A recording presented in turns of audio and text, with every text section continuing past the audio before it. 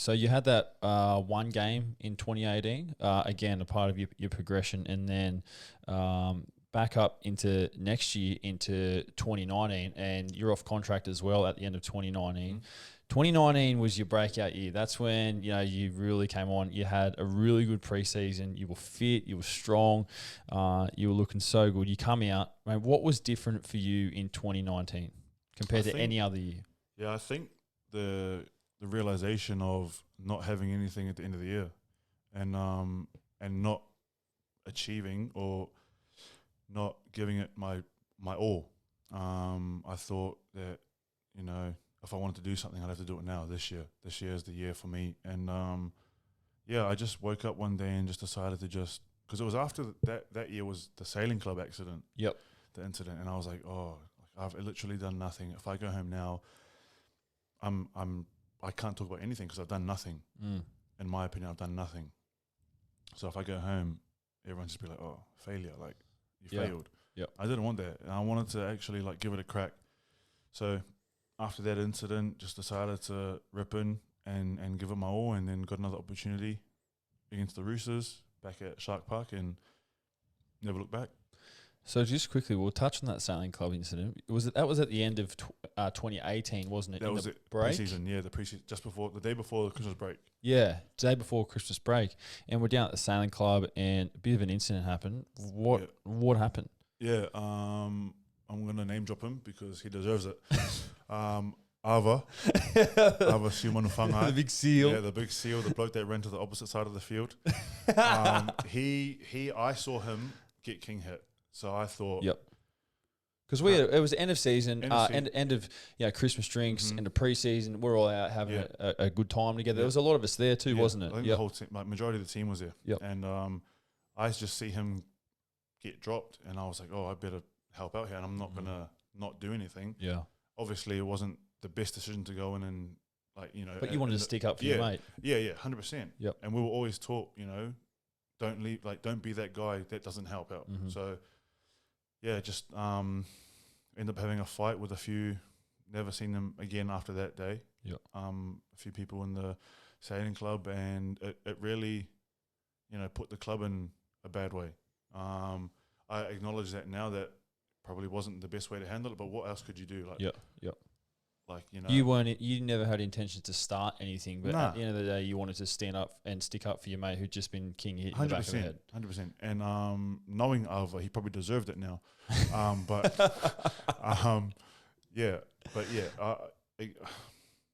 Saying what saying that I wouldn't second guess it again. Yeah, it's probably not the right thing to say. But I see the team as my brothers. Mm-hmm. You go through every day. You see everyone every day. Training, you literally, you boys know, we know each other more than probably anyone. Definitely. Apart from partners and kids. And, I'd do that for anyone, really. Yep. So I wouldn't second guess it. So what happened after that? Did you get punished? Did you get fined? Did you get suspended? How did it all go down? So it was a day before Christmas break, before I flew out to New Zealand. And I had phone calls with with Barry Russell and Shane Smith. And, if you've ever wanted head noise, if you ever wanted to know what head noise was over a 2-week Christmas break, just come and ask me, because I'll tell you. That Christmas break wasn't as enjoyable as I wanted it to be. Yeah, it probably would have been all in your mind. Oh, it was just knowing what I was coming back to, having to go to the police station and give statements, and knowing that I could essentially be sacked was pretty daunting. But I came back, had a meeting with the board, didn't lose my job, but did get a pretty big fine. I think 12.5% of my salary was deducted. Wow. And that's pretty big, man. Been banned from the sailing club for 5 years, apparently. Jeez. Yeah. So after that incident, that was kind of the incident that you were like, hey, this is now a chance for me. I can either go, I can really learn from this incident. Like, while I regret the decision, I would stick up for one of my good mates. Mm-hmm. Had I had my time again, I would do things probably a little bit differently.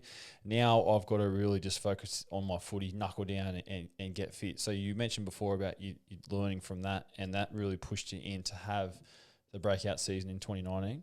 Yeah. I got a message. There was one day that I'll always remember from Scotty Sorensen. We were doing gym, and he must have seen something, and he messaged me after training. He said, "Mate, after everything that's happened, you've been training the house down, and it's so good to see." And getting recognition from your teammates, after something, and them recognizing that you're actually putting in the work was actually pretty cool. And I just decided that I want to do this. I've got to go here, and then played a few games in a row, and I was like, okay.